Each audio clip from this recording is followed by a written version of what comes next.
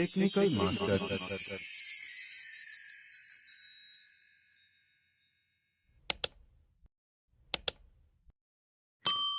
नमस्कार साथियों, आज की वीडियो के द्वारा हम बात करने वाले हैं यूडाइस प्लस के तीनों प्रोफाइलिंग सेक्शन यानी जीपी, ईपी और एफपी के बारे में। तो साथियों, एक लाइव वीडियो के द्वारा जो है प्रोफाइलिंग की पूरी प्रक्रिया समझ लेते हैं कि किस प्रकार से हमें डाटा फिटिंग करनी है। तो साथियों, वीडियो पर शुरू से अंत तक बने रहें और प्रत्येक स्टेप को फॉलो करें।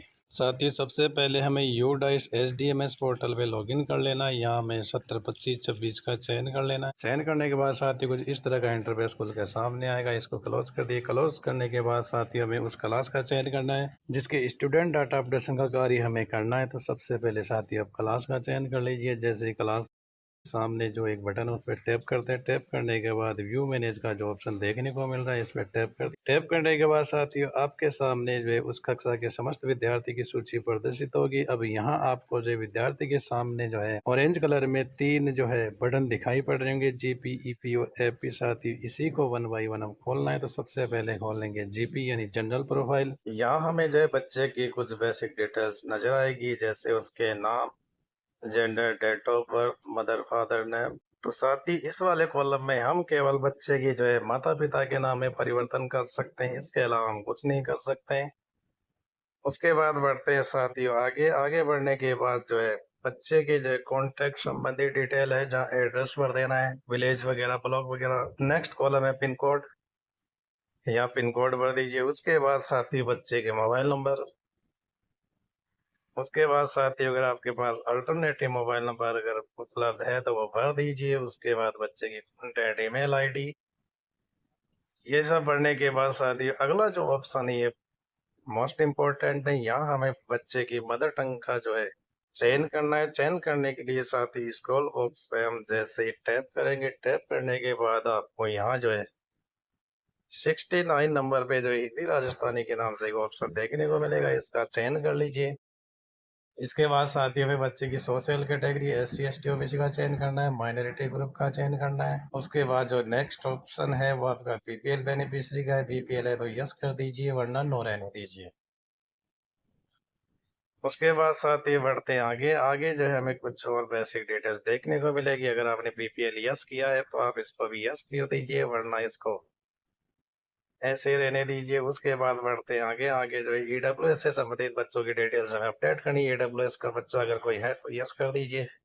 उसके बाद साथ ही अगला कॉलम है CWSN से रिलेटेड, यानी कोई CWSN बच्चा आपके विद्यालय में अध्ययन रहता है तो उस केस में इसको यस कर देना है। यस करने के बाद नीचे वाले जो तीनों चेक बॉक्स है ये एडिटेबल हो जाएंगे। जहाँ पहले वाले चेक बॉक्स में हमें जो विकलांगता का प्रकार, डिसेबिलिटी सर्टिफिकेट की स्थिति, यस नो और डिसेबिलिटी परसेंटेज का चयन करना है। इस वाले कॉलम में साथ ही आपको सभी बच्चों के लिए यस का ही चयन करना है। उसके बाद बढ़ते हैं आगे। आगे जो ऑप्शन है ये केवल ड्रॉप आउट बच्चों के लिए लागू, यानी अगर किसी ड्रॉप आउट बच्चे ने आपके विद्यालय में प्रवेश दिया है तो ऐसी स्थिति में आपको यस करना है। यस करने के बाद साथियों अगला जो कॉलम ये एडिटेबल हो जाएगा। इसमें आपको जो मेन स्ट्रीम की स्थिति आपको जो इसमें भरनी पड़ेगी। उसके बाद साथियों बात करते हैं नेक्स्ट कॉलम की। नेक्स्ट कॉलम आपका रहने वाला है ब्लड ग्रुप का, जहां आपको ब्लड ग्रुप का चयन कर लेना है। सेव बटन पर टैप कर दीजिए। टैप करने के बाद ये थोड़ा समय लेगा, इसको क्लोज कर दीजिए। क्लोज करने के बाद साथियों नेक्स्ट बटन पर टैप कर दीजिए। नेक्स्ट बटन पर साथियों हम जैसे टैप करते हैं तो हम पहुंच जाएंगे एनरोलमेंट प्रोफाइल सेक्शन पे, जहां हमें बच्चे के प्रवेश संबंधित सूचनाएं जो अद्यतन करनी है यानी अपडेट करनी है। तो साथ ही सबसे पहला जो कॉलम है ये आपके SR नंबर का है। इसमें जो है आपको SR नंबर भर देने हैं। दूसरा कॉलम डेट ऑफ एडमिशन। इस वाले ऑप्शन में साथियों आपको जो उस विद्यार्थी के जो कक्षा रोल नंबर है वो भर देने।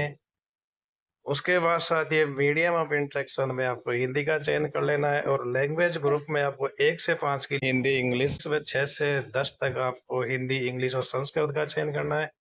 ये वाला चेक बॉक्स केवल 11 और 12 के लिए लागू है, जिसमें हम फैकल्टी का चयन करते हैं, आर्ट साइंस वगैरह। उसके बाद साथ ये बढ़ते हैं आगे। आगे ये भी जो है वह विषय ग्रुप जो है केवल कक्षा 11-12 के लिए लागू है। उसके बाद साथ ही इस वाले कॉलम में आपको विद्यार्थी की पिछले वर्ष की स्कूल स्थिति का चयन करना है। इस वाले कॉलम में साथ ही पिछले वर्ष की कक्षा अपडेट करनी है।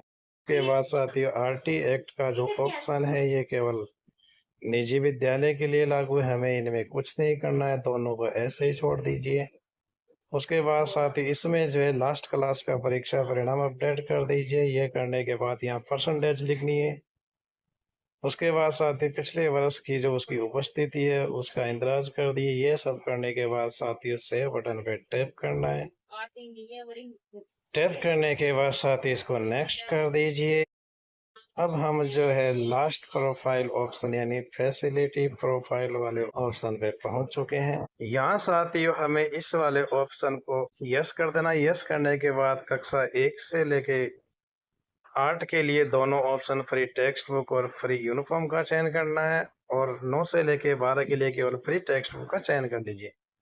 उसके बाद साथियों 4.3.3 से सभी ऑप्शन जो है 3.4, 3.5, 3.6 इनमें आप सभी में नो कर दीजिए। नो करने के बाद साथियों आपको एक महत्वपूर्ण बात बता दो कि आपका जो ऑप्शन नंबर 4.3 यानी 3.9 का जो ऑप्शन है इसमें आप 9 से 12 के बच्चों के यस कर सकते हो। साथ ही इस वाले चेक बॉक्स में आपको बच्चे की हाइट सेंटीमीटर में भरनी है।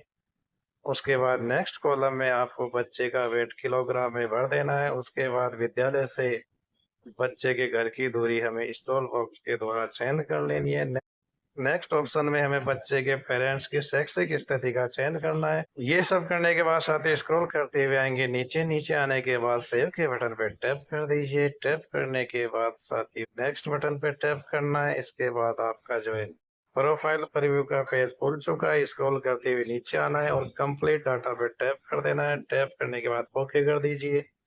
तो साथ ही इस प्रकार से डाटा कंप्लीशन इज कंप्लीट यानी बच्चे की प्रोफाइल कंप्लीट हो चुकी है। यहाँ से आप ओके कर सकते हैं या नेक्स्ट बच्चे पर यहीं से आप आगे बढ़ सकते हैं। साथ ही इसी प्रकार से हमें प्रत्येक कक्षा के प्रत्येक विद्यार्थी की जीपीईपी और एमपी कंप्लीट करनी है। साथ ही मैं आशा करता हूँ कि आप पूरी प्रक्रिया समझ चुके होंगे। साथियों आप हमारे द्वारा दी गई जानकारी से अगर संतुष्ट है तो वीडियो को लाइक व चैनल को सब्सक्राइब जरूर करें। धन्यवाद। जय हिंद।